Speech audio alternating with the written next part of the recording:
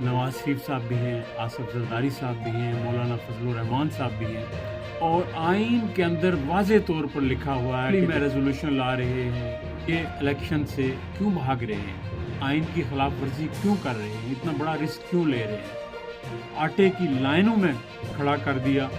پاکستان کے لوگوں نے یہ فیصلہ کرنا ہے۔ میاں صاحب ناصور ہیں پاکستان کے لیے، اور عمران خان کو راستے سے ہٹانے کے لیے پاکستان میں انتخاب نہیں ہوگا، انقلاب ہوگا۔ سیاست وہ ہوتی ہے جو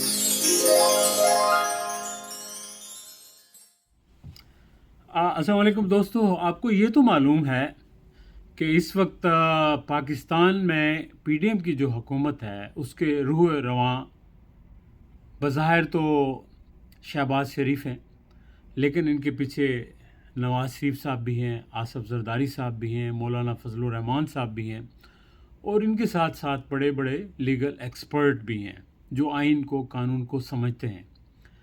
لیکن اس کے باوجود سب کچھ جانتے ہوئے یہ لوگ آئین کی خلاف ورزی کیوں کر رہے ہیں؟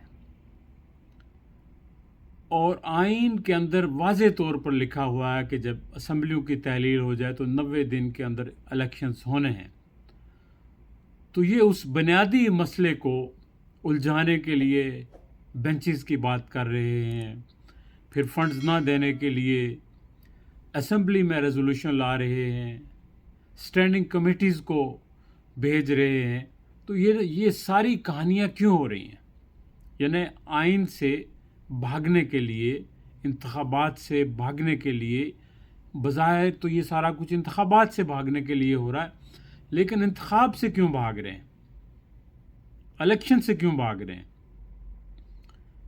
صرف اس لیے نہیں کہ یہ الیکشن ہار جائیں گے، یہ تو ان کو معلوم ہے کہ اگر الیکشنز ابھی ہوئے، 6 مہینے بعد ہوئے، سال کے بعد ہوئے، تب بھی انہوں نے ہارنا ہی ہے، لیکن اس کے باوجود یہ الیکشن سے کیوں بھاگ رہے ہیں، آئین کی خلاف ورزی کیوں کر رہے ہیں، اتنا بڑا رسک کیوں لے رہے ہیں؟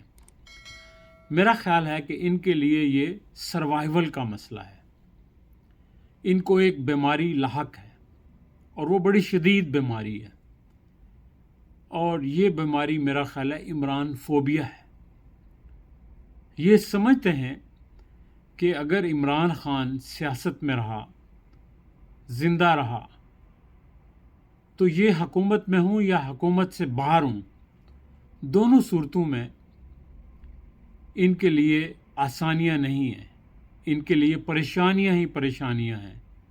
لہٰذا وہ کہتے ہیں کہ ہر صورت میں ہم نے عمران کا خاتمہ کرنا ہے، عمران خان کو ایک فتنہ قرار دے کر اس کا خاتمہ کرنا چاہتے ہیں، چاہے اس کے لیے انہیں آئین کو قتل کرنا پڑے، ملک کو نقصان پہنچانا پڑے، لوگوں کو آٹے کی لائنوں میں کھڑا کر دیا، لیکن وہ عمران خان کو قبول کرنے کے لیے تیار نہیں ہیں، چونکہ یہ سمجھتے ہیں کہ عمران خان کی موجودگی میں ان کی سیاست اور ان کے مفادات جو ہے وہ محفوظ نہیں رہ سکتے۔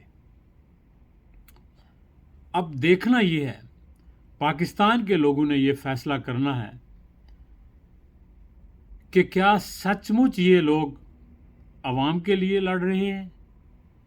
کیا سچ مچ یہ لوگ پاکستان کی بقا کی جنگ لڑ رہے ہیں، جمہوریت کی بقا کی جنگ لڑ رہے ہیں، آئین کی بالادستی کی جنگ لڑ رہے ہیں، یا اپنی سیاسی سروائیول اور اپنے جو ایسٹس انہوں نے ملک کے اندر اور ملک کے باہر بنائے ہیں بے تحاشا، ان کو بچانے کے لیے اور اپنی جو آئندہ نسلیں ہیں ان کی سیاست کو بچانے کے لیے لڑ رہے ہیں؟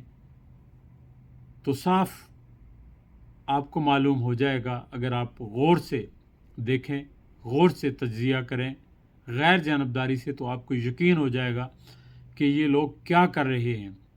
یعنی کیسے ممکن ہے کہ کل یہ سارے لوگ ایک دوسرے کے خلاف صفارہ تھے، ایک دوسرے کے خلاف انہوں نے درجنوں کیسز کیے، ایک دوسرے کو برا بھلا کہا، ایون کہ زرداری صاحب نے کہا کہ میاں صاحب ناصور ہیں پاکستان کے لیے۔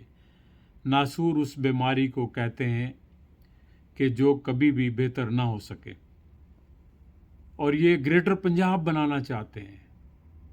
اور اسی طرح میاں صاحب نے بھی ایسے ہی الفاظ زرداری صاحب کے لیے استعمال کیے، ان کا پیٹ پھاڑنے کی بات کی اور بہت ساری ایسی باتیں کی جن کو رپیٹ بھی نہیں کیا جا سکتا. لیکن آج سارے وہ بغل گیر ہیں. کیوں ہیں؟ واضح ہے کہ وہ صرف اس لیے ہیں کہ اپنے مفادات کے لیے ہیں، سیاسی مفادات کے لیے، مالی مفادات کے لیے، اور عمران خان کو راستے سے ہٹانے کے لیے، چونکہ یہ سمجھتے ہیں کہ عمران خان کے ساتھ لوگ آ چکے ہیں، لوگ کھڑے ہو گئے ہیں، قوم کھڑی ہو گئی ہے، اور اب ایک ہی طریقہ ہے کہ کسی طرح انتخابات کو آگے لے جایا جائے، اس دوران کسی نہ کسی طرح عمران خان کی جان لے لی جائے، اس کو راستے سے ہٹا دیا جائے، تو پھر اس کے بعد ان کے لیے آسانی ہوگی. لیکن میرا یہ خیال ہے کہ اگر ایسا ہو گیا، خدا نخواستہ اگر ایسا ہو گیا، تو پھر انتخاب نہیں ہوگا، پھر یہ لوگ نہیں ہوں گے، پھر پاکستان میں انتخاب نہیں ہوگا، انقلاب ہوگا، اور لوگ آئیں گے، ان لوگوں کو گھروں سے گھسیٹ کر نکالیں گے، اور پھر شاید ان کے نصیب میں کچھ بھی نہ ہو، اور یہ سب کچھ بھول جائیں گے. ان کا محض تاریخ میں ان کے قصے رہ جائیں گے. لیکن ان کو یقین نہیں آ رہا، چونکہ وہ اقتدار میں ہیں، اور جب انسان اقتدار میں ہوتا ہے تو اس کو سارے لوگ کیڑے مکوڑے نظر آتے ہیں، لیکن قانون قدرت بھی وہ بھول جاتا ہے. دیکھیں، یہی بات تو اس سے پہلے جو ہے آپ تاریخ پڑھیں، کتنے جابر حکمران آئے تھے جو سمجھتے تھے ہم ہمیشہ زندہ رہیں گے، خدائی کا دعویٰ کر دیا تھا. پھر ریسنٹ ہسٹری میں دیکھ لیں، پاکستان میں آپ کے سامنے ضیاء الحق کی مثال آپ کے سامنے ہے. مشرف صاحب نے مکہ ہلا کے کہا تھا کہ طاقت میرے پاس ہے، اور تقریباً عمران خان بھی اسی طرح کا جو ہے وہ اپنے جب وزیر اعظم تھے تو وہ بھی یہی سمجھتے تھے کہ میں سب کو اندر کر دوں گا اور طاقت میرے پاس ہے. لیکن جب حالات بدلتے ہیں، دن بدلتے ہیں، تو لمحے بھی نہیں لگتے. لہٰذا ان لوگوں کو سمجھ نہیں ہے کہ یہ تدبیر کر سکتے ہیں، تقدیر ان کے ہاتھ میں نہیں ہے، تقدیر اللہ کے ہاتھ میں ہے، اور وہ دیکھتا ہے کہ کون صحیح ہے کون غلط ہے. اگر آپ لوگوں کو مغلوب کر سکتے ہیں ریاستی مشینری کے سارے لوگوں کو اغوا کر اٹھا کر تشدد کر کے، لیکن اللہ تعالیٰ تو یہ سب کچھ دیکھ رہے ہیں، اور وہ ضرور خدا کے ہاں وہ کہتے ہیں دیر ہوتی ہے ہاں دیر نہیں ہوتی. تو آپ ڈرو اس وقت سے کہ جب آپ کے ساتھ ایسا وقت آئے گا کہ آپ کو افسوس تو ہوگا، لیکن آپ کر کچھ نہیں سکیں گے سوائے افسوس کے. شاید افسوس کرنے کا بھی آپ لوگوں کو موقع نہ ملے. تو اس لیے تاریخ سے سبق سیکھیں اور اپنی روش کو بدلیں، اور ملک کو مزید ہیجان میں مبتلا نہ کریں.